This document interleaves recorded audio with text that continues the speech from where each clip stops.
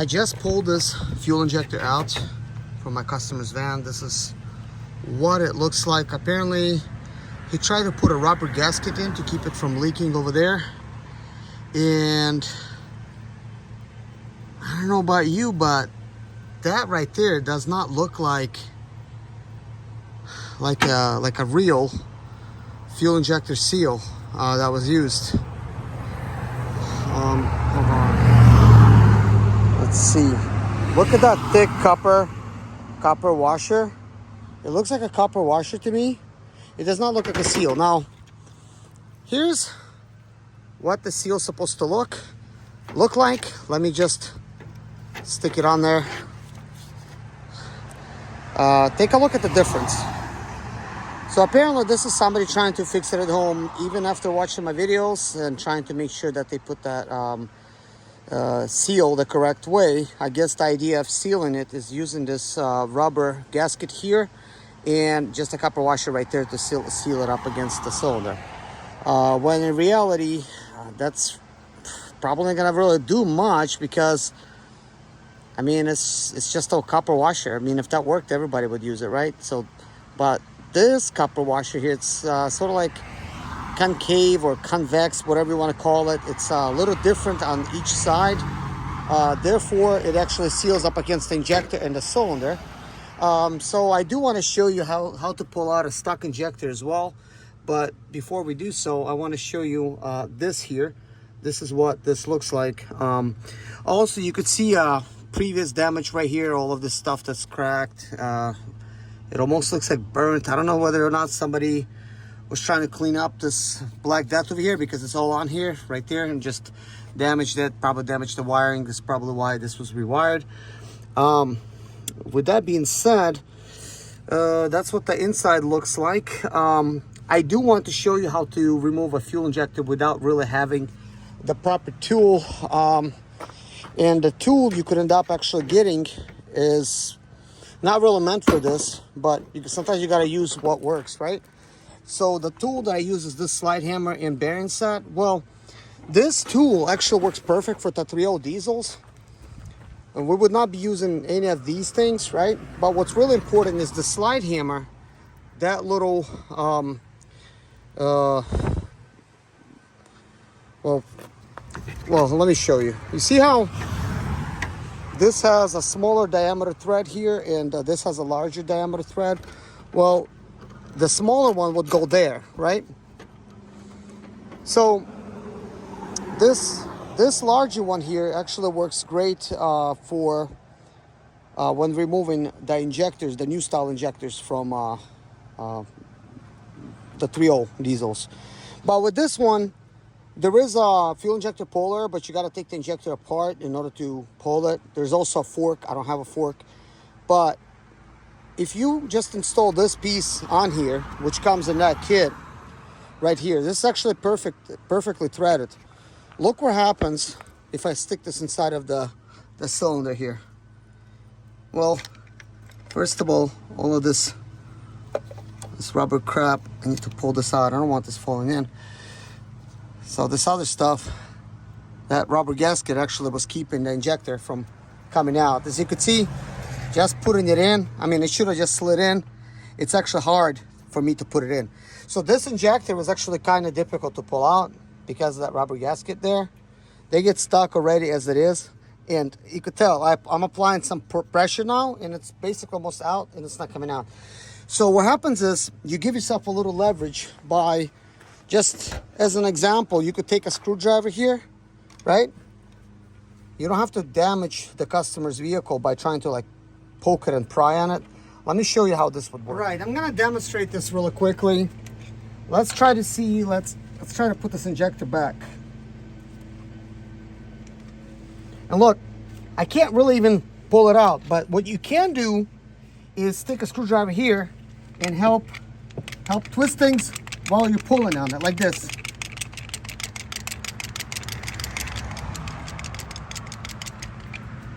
I'm probably gonna have to show it one more time, because I think I probably was blocking it, but let's do this one more time. Provide a different angle for you. Let's stick this injector back in.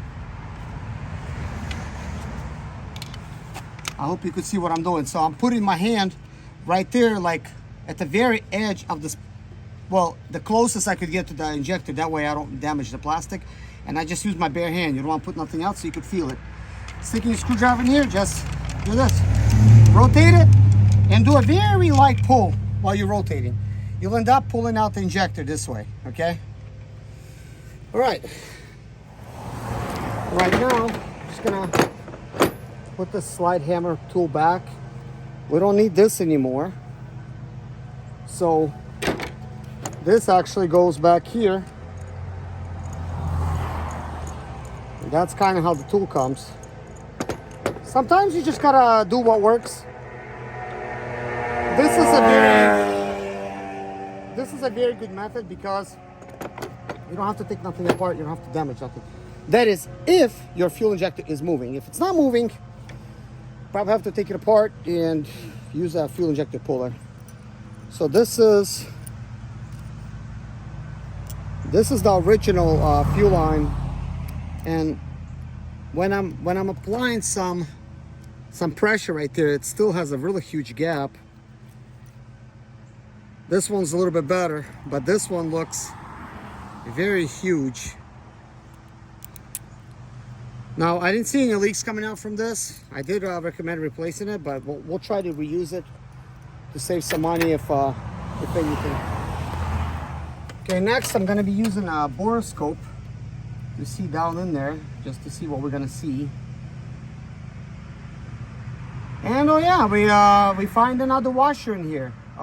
Great. You're not going to probably be able to see that really well. Let me pull this off. I'm just gonna take a picture of that. It's got a low battery. You could see it's a huge washer in this area, and it looks like it's bent sideways. So whoever tried to fix it did not even pull the washer out. Added one more to help seal things, I guess. But that's not gonna do. That's way too many fail points.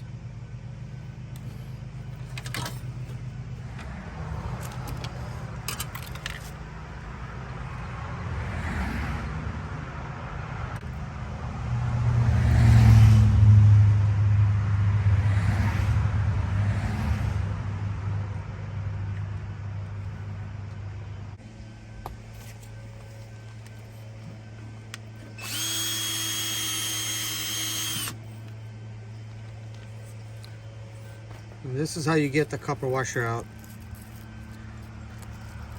It bends your tool a little bit, but you get it out. Now I'm gonna go and clean this injector up, and I'll show you what it looks like. And you can't really see the numbers that well, but I'm gonna try to see if I could.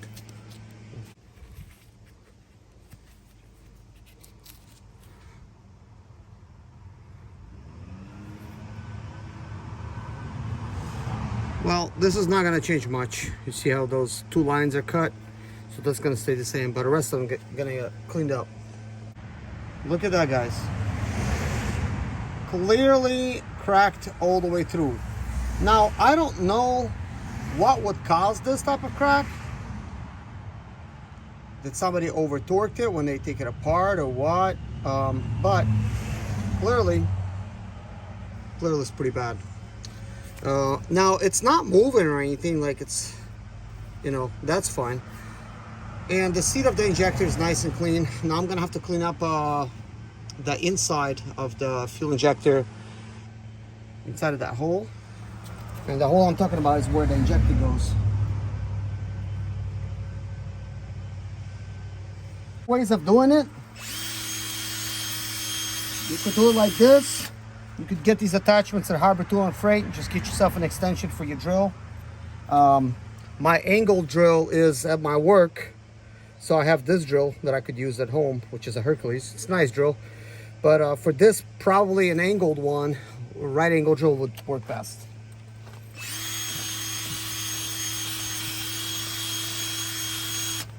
And at this point, the reason it's working is because we're at the first cylinder, so I got plenty of space. But imagine if you had to clean up one of those in the back. So that's why I would have the angled one.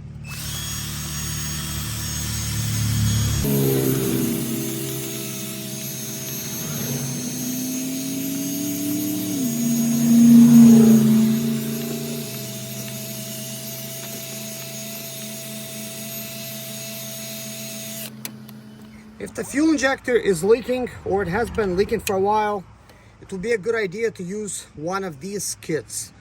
Now, if you need anything like this, I'm going to provide some affiliate links in the description below. But what I'm going to do with this is stick it right down and just do some turns. You don't need to do too many.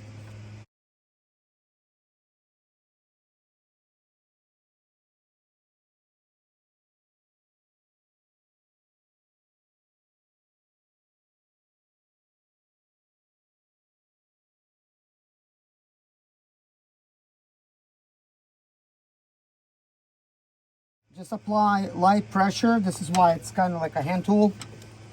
And this is a aluminum head, so this will recut the seat a little bit.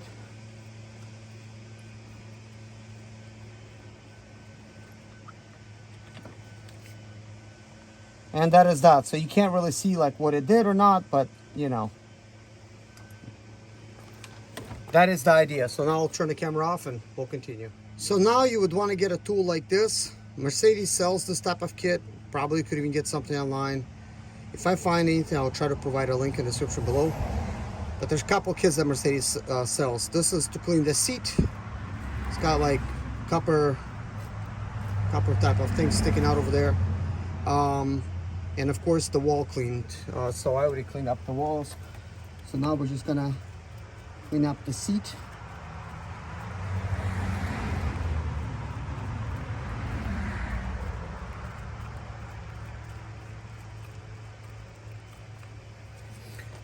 And I'll turn the camera off and continue. Now it's time for fuel injector installation. Now, I do have a brand new fuel injector directly from Mercedes.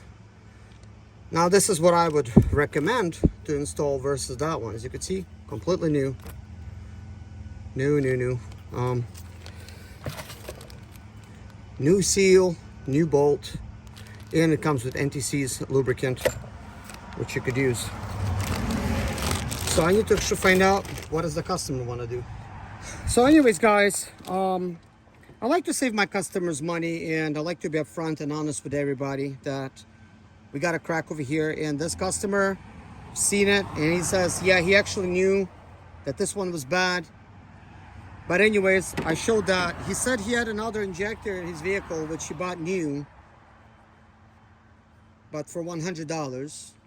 But you could clearly see that this new injector and this new injector from Mercedes looks very different. You would really not be able to buy it for $100. Just the core is like $100, but you could clearly see this doesn't seem new. I did ask, how long did you have this? And apparently he had this about, I'd say about 3 weeks from the time he contacted me. This is what he was trying to do. And as you could see, there's a rubber seal here. He bought it so that he could get a rubber seal, but when he put this in, it was leaking really bad. It does have Mercedes markings. I don't know whether to trust this or not, but anyways, he decided to go with this new one that I have. This is directly from Mercedes, so we'll be putting this in. So I'll leave this in here for now during the installation. It does come with a brand new bolt and NTC's lubricant and a brand new washer. So let's go ahead and actually prep this. Just gonna pour these things out. So one thing I do want to show you, I could already feel what is the correct way of installing this.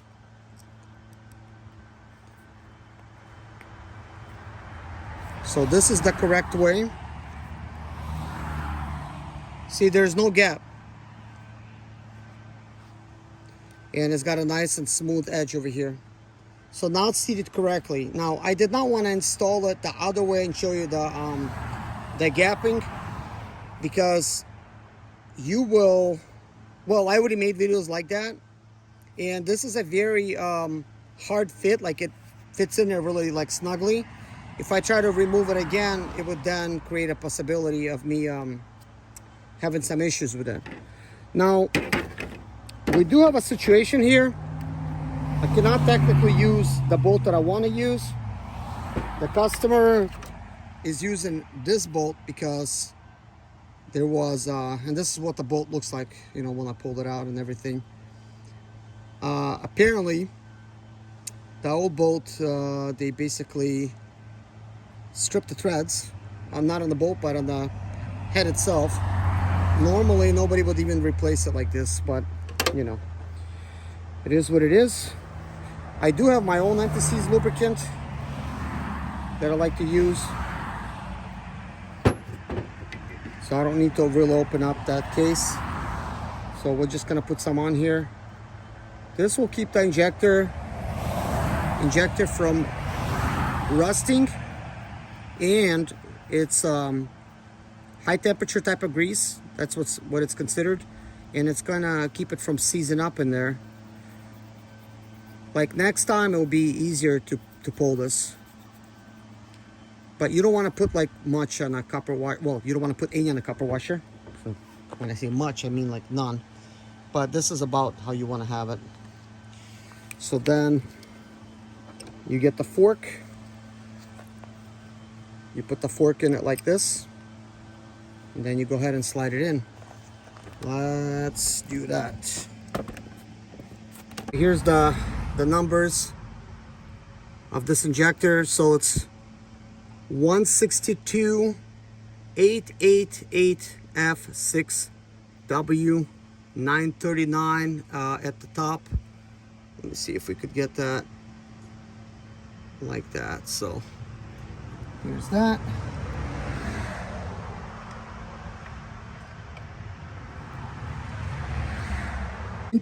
Well, this is called twister, Zap twister.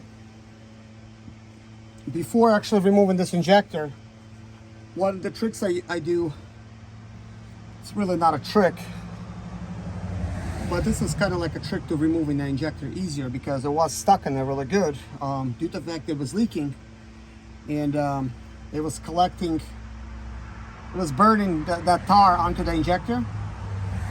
So it helps loosen up some of that gunk by simply spraying some Zap twister in there. I'll show you guys what that stuff look like. So I want to make sure that I just use like regular Q-tips to remove stuff. Okay, so now that it's removed, it's the fuel injector. Let's go ahead and put that in. Boom.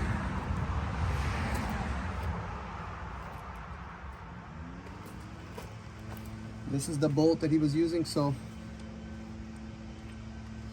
you want to slide that on first.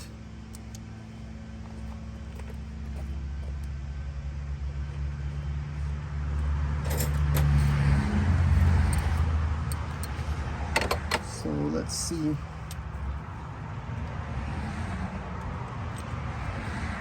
Just gonna hand tighten this.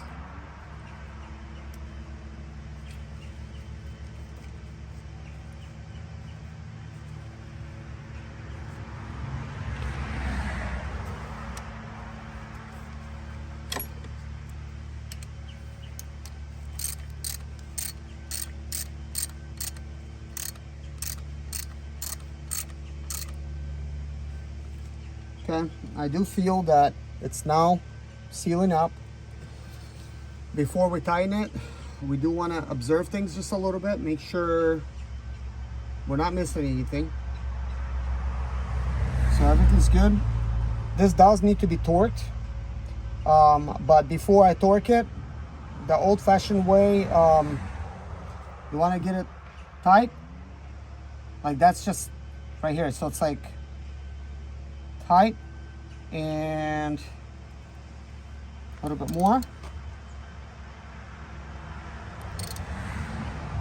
So I'm just applying very light pressure.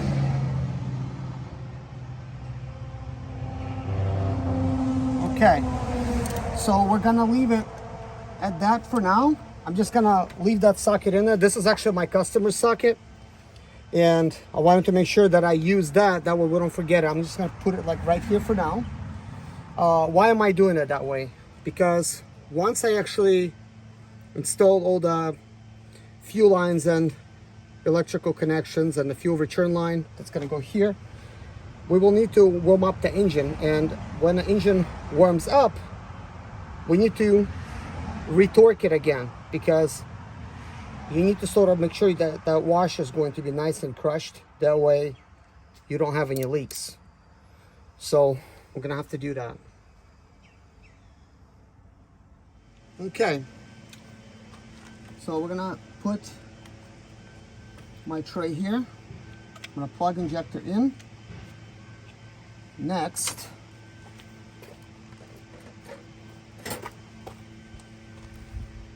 I'm gonna remove that thing,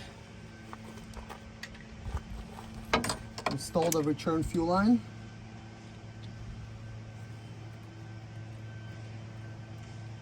put the pin back,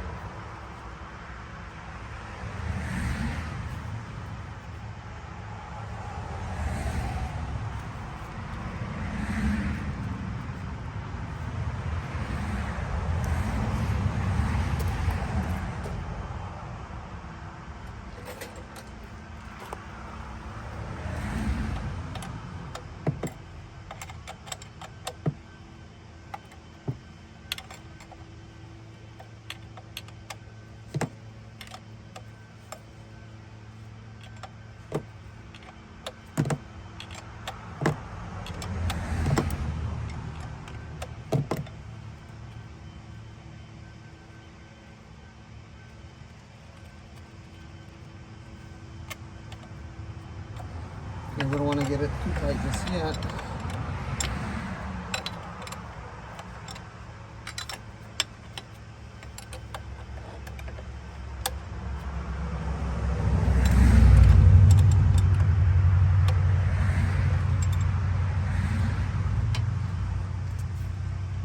I could actually do it by hand. I'm going to do it by hand. Boom. Get it a little tight.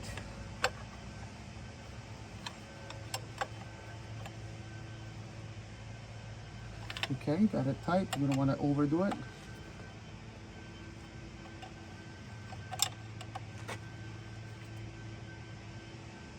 Okay, we don't want to overdo it. So now we're going to remove my tray.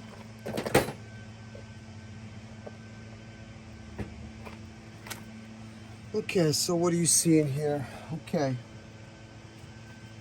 so I want to make sure all of the connectors are on. Good.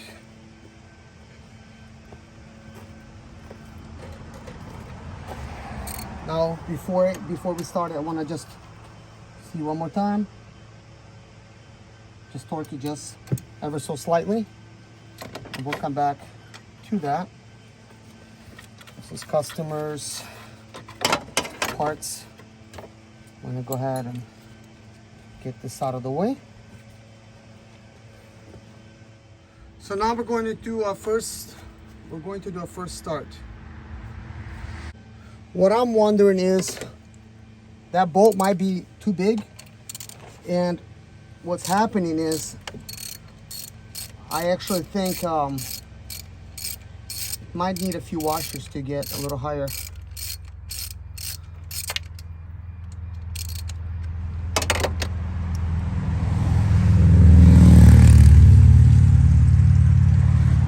Get some gloves now.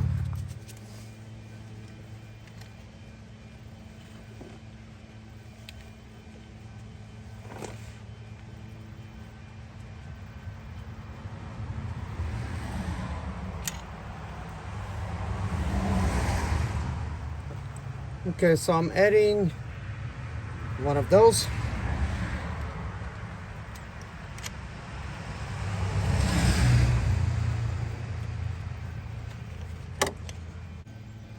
Since this is not normal type of work, so I'm gonna put 2 of them, and we already have 1 already there, and I want to see if that's going to help seal things.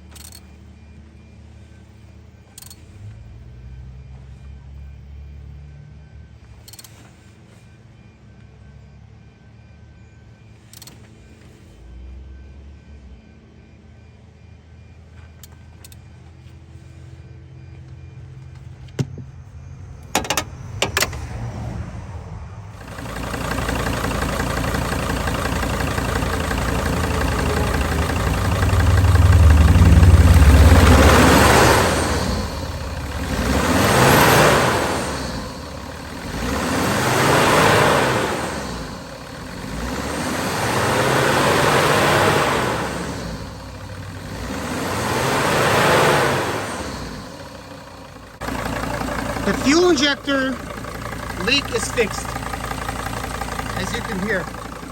But we have a problem though. Look at that black smoke. Not a good sign. Whew, my gosh. And it's going all up in there. You could kind of see the discoloration. Okay, let's do the diagnostics. Okay, so injector circuit open. That's because I disconnected the injector while it was running. Cylinder 5 glow plug, cylinder 4 glow plug, cylinder 3 glow plug, glow plug, glow plug, glow plug heater, injector circuit open, cylinder 1. I disconnected it. Cylinder 5 glow plug, glow plug, glow plug, glow plug. Okay, everything to do pretty much with glow plugs. Let's just delete this and see if we could solve this issue. So now let's read the codes again. Vehicle has no codes. That's because we haven't tried starting it. Let's just set this over here for now. This is actually a pretty good spot for it. Probably will use that from now on. Let's see if the black smoke has disappeared. Nope, still pumping away. Chugging along. Not a good sign. But let's take it on test drive, see what it does. Boy, it stinks like pretty bad.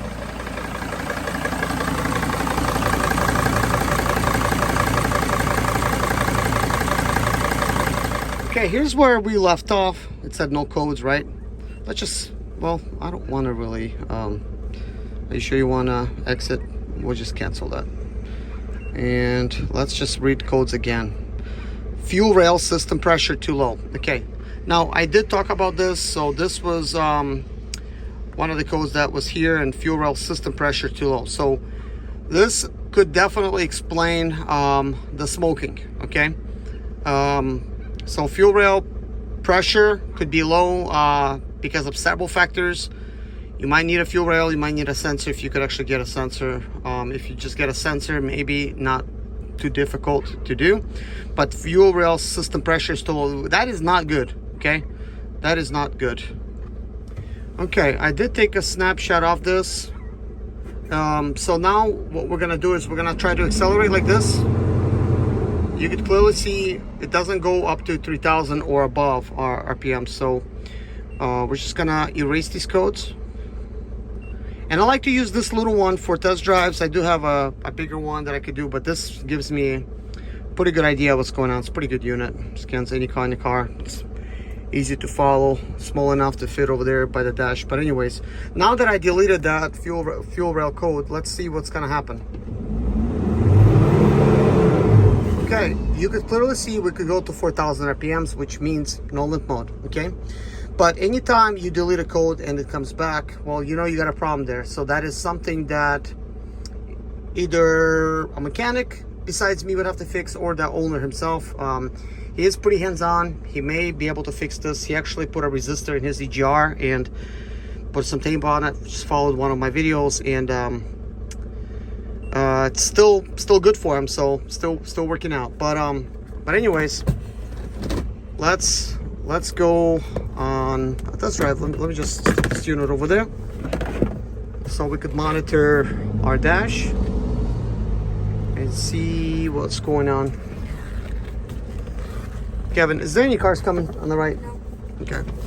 All right, let's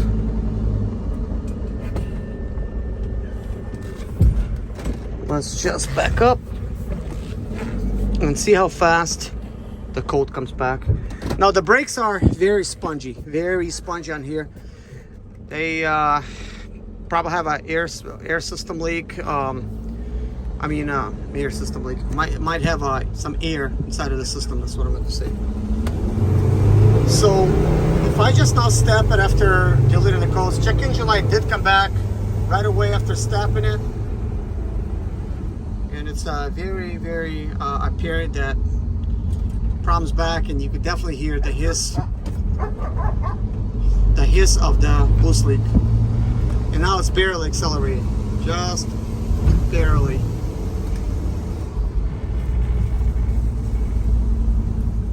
So here's the acceleration with basically the limp mode that we're having. We're having a limp mode for the fuel rail pressure. So let's go. This is me pushing at full throttle, and this is the only thing that we get. Now at the end of the street, I'm going to delete the code and I'll show you the acceleration, what we're going to be having. Now this is doable. You could kind of chug along, right? It's not good to drive like that, but it's probably not going to be fuel efficient either. But at least we could make it home. This definitely needs to be resolved though. Okay. Let's now delete the code. So guys, let's read the codes. See if it's just a fuel rail, but we got throttle pedal position sensor, switch A. So that's another code that just now came back. So the longer you drive this thing, the more codes you're gonna get. Fuel rail system pressure too low, throttle pedal position sensor, switch A circuit high. So that looks like that pedal right there may need to get replaced because it just keeps coming back. Well, it came back. So we got an O2 sensor issue as well, range performance, and again, fuel rail system. So let me take these pictures and delete, and we'll do that. Okay, let's read the codes. No codes. No check engine light there. Now I'm gonna accelerate full throttle, and you'll see what's happening.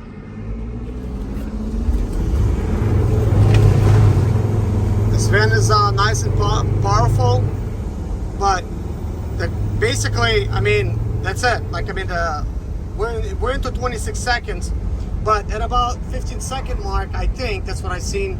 The check engine light came back, letting us know that the problem's back. Okay, so I can't get above 60. We got a slight incline. So fuel injector issue has been resolved, but we're kind of chugging along right there. As you can see, it's creating a really black area right here.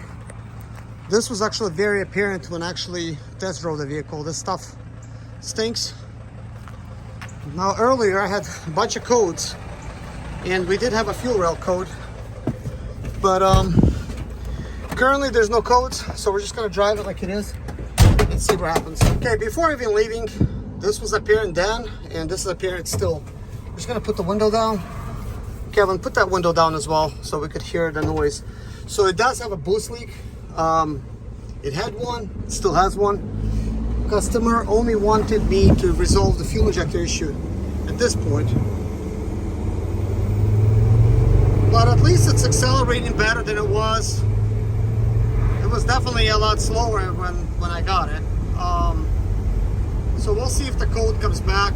If not, yeah, we're in limp mode already, so it's not pulling above 55 right now, and we really don't need to go much further than this. Let's just do some test drive on a normal street and just listen for the air leak.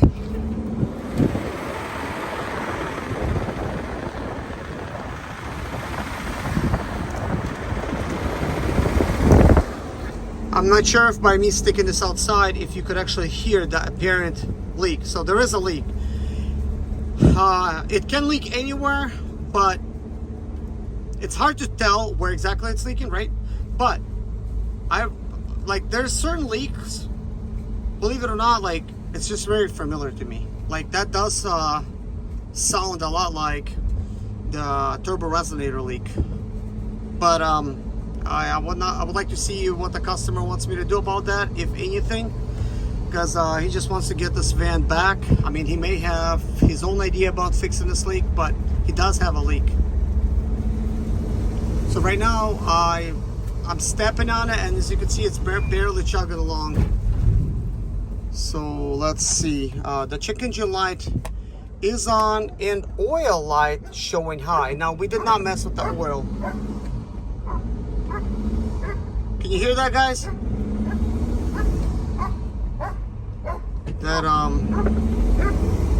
That leak is real apparent.